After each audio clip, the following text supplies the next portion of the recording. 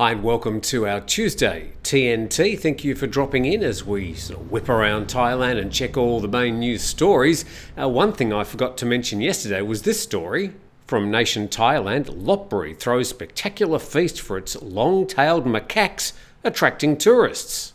And the event marked the 35th edition of the annual feast, which aims to promote tourism in the central province, renowned for its abundant macaque population residing in the downtown area. And further down, divided into three distinct groups based on their territories around the Prakan shrine. These monkeys are known for their occasional turf disputes. And they've been known to get fairly violent in relation to defending their particular turfs. There's been some great videos in the past showing hordes, like hundreds of monkeys, all sort of running at each other and hurtling around the town. And inside the shrine's compound, an array of fruits and sweets adorned tables for the monkeys' delight, prompting them to immediately descend on the feast. Staff also provided trays of fruits for monkeys outside the shrine. And we'll have something to say about last night's Loy Krathong festival a bit further on, but to this story from BangkokPost.com, calls for policies to curb cheap online goods. There's been a huge surge of e-commerce over the past few years. I just very rarely buy anything other than with e-commerce these days because, well, it conveniently arrives at my property 2 or 3 days later and I don't have to go traipsing through a shopping centre anymore. I sort of call that a good service. But e-commerce and retail pioneers have urged the government to impose strict measures to handle the flood of cheap and low-quality products available on online platforms that are affecting small and medium business enterprises. So local Thai companies are struggling to keep up with some of the cheap stuff which is flowing in from across the borders. And they also want the government to collect corporate tax on Chinese sellers of these products on the platforms. And then, according to the General Administration of Customs of China, China's cross-border e-commerce has become a new engine of the country's foreign trade development, and it's doubled its volume from 1 trillion yuan back in 2018 to 2.11 trillion yuan in 2022. And they're bringing this to the attention of the Commerce Ministry, particularly amid the rise of TikTok Shop. Indonesia's banned e-commerce transactions on social media platforms. And then a spokesperson from the Thai E-Commerce Association expects Temu, an online marketplace based in Boston, Massachusetts, and operated by the island-based Chinese e-commerce company PDD Holdings, to come to Thailand after launching in the Philippines and Malaysia. It's a multicultural sort of business, and he said Thailand is a country with free trade, and Thailand has signed free trade agreements with various countries and trade groups to prevent trade discrimination. Therefore, we cannot issue regulations prohibiting any country from selling goods on online platforms. So everybody likes the idea of free trade. Well, that's until it starts treading on their toes. However, if they pass through various online platforms that are not registered in Thailand, the problems that are of concern are the issues of quality and price cutting, as well as the quality of goods in terms of safety, illegal goods, counterfeit goods, and others that directly impact the rights of consumers. And various online platforms that are not properly registered in Thailand also sell illegal goods, including health and pharmaceutical products that are normally not allowed to be sold on online platforms. So once again, legislation not keeping up with consumers and sellers that have already moved way past any legislation that currently exists. By the way, an invitation to subscribe to the channel, that would be much appreciated, and a quick apology for yesterday if there was any confusion. We uploaded the program twice because when I first uploaded it, there were just no views. Nobody was watching it. So I quickly re-uploaded it again, and I didn't want to remove the first one. Anyway, we ended up with 2 versions of the program. Eventually, YouTube sort of fixed itself up, and some 3 hours later, the views started counting. So apologies if there was any confusion yesterday.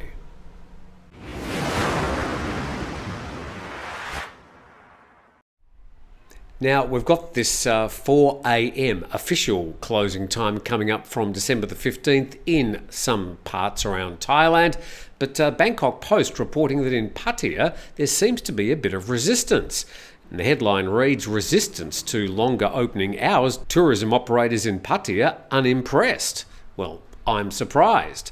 And Pattaya's tourism operators are against the proposal to extend the opening time of entertainment venues until 4 a.m. to include establishments located on the beachfront road, as it would cause more trouble with residents in the neighbourhood and potentially further deteriorate the area's reputation in relation to the sex industry. It's quite quaint that they always seem so concerned about their reputation in regards to the sex industry. But it says from December the 15th, the government will allow entertainment venues to open until 4 a.m. officially, starting with Bangkok, Phuket, Pattaya and Chiang Mai, and the permitted zone in Pattaya should be restricted only to Walking Street. This is according to the newly elected president of the Association of Chonburi Tourism Federation. Mr. Tarnat said not every tourist wanted to visit Pattaya for nightlife entertainment or visit the red light districts, and Pattaya has not been attracting many partygoers as in the past, when this segment accounted for almost 80%. He said many beer bars located in central Pattaya closed during COVID-19. The number of active operators in this kind of business were fewer now as new segments, such as families, continue to grow. And again, this reiteration of trying to turn Pattaya into a more family-friendly zone. Mr. Tanat said tour operators from Russia had raised concerns about the reputation of the sex industry in Pattaya, as their clients were mostly in the family segment. And then similar feedback had been received from the Taiwanese market, which has been granted a visa exemption as they feel more comfortable visiting other destinations rather than Pattaya. And he said tourism operators should be prepared for changes. Of course, there are still those who seek nightlife entertainment when choosing Pattaya as their destination, but this group is much smaller and would gradually become even smaller. So what do you think about that particular comment? Small and getting smaller? And then he said his group would organise a tourism workshop to set the direction of Pattaya tourism, with the goal of pivoting from the city's negative image linked to the sex industry to segments offering great potential, such as health and wellness. Well, that's a lofty vision, but I think it's the punters, the tourists, that actually decide why they go to a particular area. And then such an image has hampered opportunities to attract investors from high-quality segments. Wellness hotels and resorts or health institutions tend to prioritise Phuket if they want to expand their businesses. So what do you think about this attempt to sort of gentrify Pattaya? Is it up to a tourist association to sort of twiddle the knobs, or will the tourists finally decide? And last night was Loy Krathong, so I headed down to our local Loy Krathong launching area. Here I am, really dressed up. I was just working in the garden, decided I think I'll head down, so apologies for the sartorial elegance there. Holding my krathong, which cost me all of 40 baht, and then we went for a launching along with a whole lot of others at a little lake behind the two main roads here at Turtle Beach. So there we are launching the krathong, and some good pointing there, Tim, well done, and a lot of other people enjoying launching their krathong at the very well prepared launching area. And obviously there'll be a bit of cleaning up this morning. A little bit of rain last night probably put a few locals off, but it was good to celebrate Loy Krathong once again here in Thailand.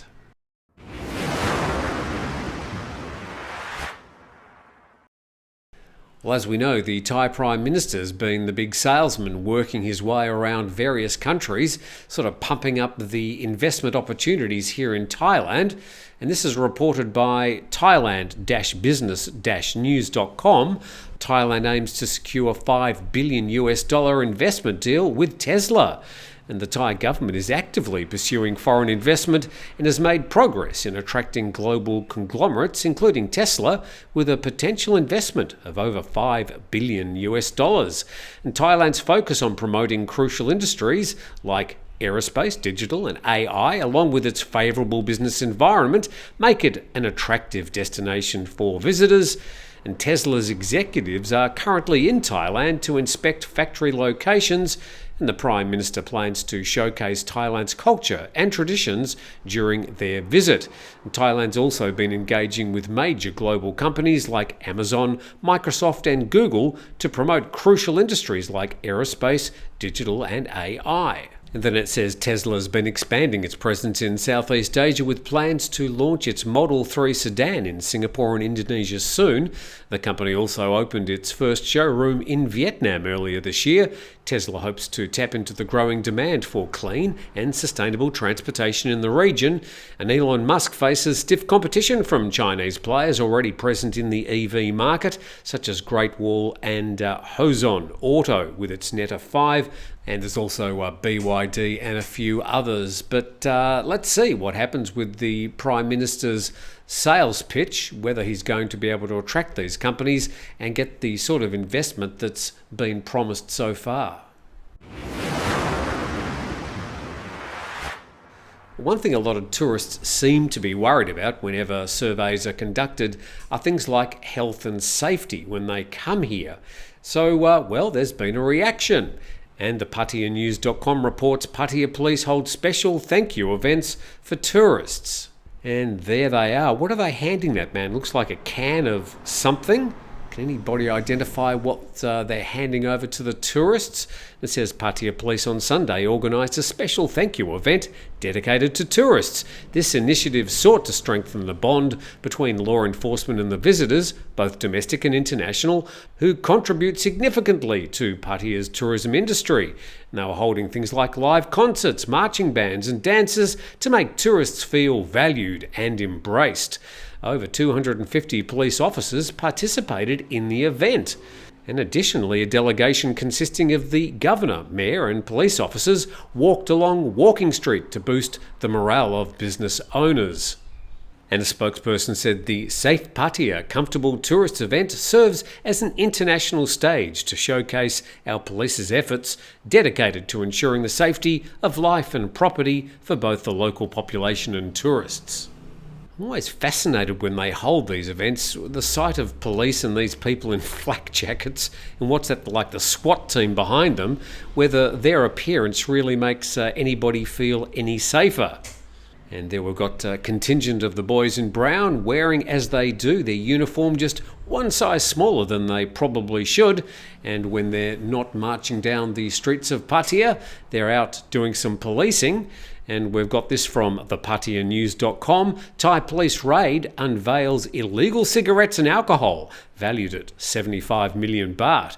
And a raid operation on illegal cigarettes and other alcoholic beverages, valued at more than 75 million baht, was found at a postal centre in Buri. And a lot of boxes of cigarettes indeed. Smuggling cigarettes seems to be quite popular, certainly in southern parts of Thailand, where they get the cheap Malaysian cigarettes across the border. And as a result, there were 78,880 packs of illegal foreign tobacco and 204 bottles of illegal wine found during search operations. Its estimated value was 75 million baht. And the contraband products were transported via the borders in Chanthaburi, Trat and Sakau to the postal centre in Prachinburi before being distributed nationwide. So you probably don't want to be standing too close downwind when all that goes up in smoke. To this story, reported in ThaiPBSWorld.com, and a Beijing court begins compensation hearings for MH370 victims. How long ago was the disappearance of that aircraft? It might surprise you.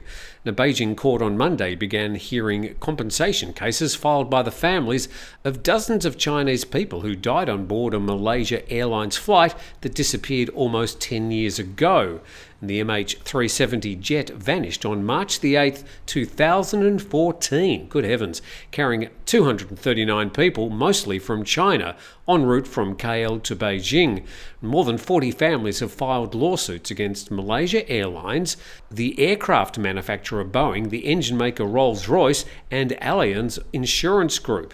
And the family's litigation requests focus on compensation and finding the truth behind the flight's disappearance. According to a lawyer quoted by CCTV, it was unclear what jurisdiction the Chinese court has to enforce the claims for compensation against the defendants. And each family filed for civil compensation of between 10 and 80 million yuan, as well as moral damages of between 30 and 40 million yuan. And the broadcaster added the families of more than 110 other passengers have already reached a settlement with the defendants and received between 2.5 million and 3 million yuan. Well, an interesting court case because the defendants are just as in the dark as the people doing the suing. So it looks like some compensation may be paid, but exactly on what basis? Well, I suppose that will have to be decided in the court. But an interesting follow-up 9 years after that particular tragedy. Whatever happened to MH370? And with that, I thank you for watching today. A big thank you to our sponsor, 5 Star Marine, and you can go to their website, 5starmarinephuket.com. Please subscribe to the channel, and we look forward to doing all this again tomorrow.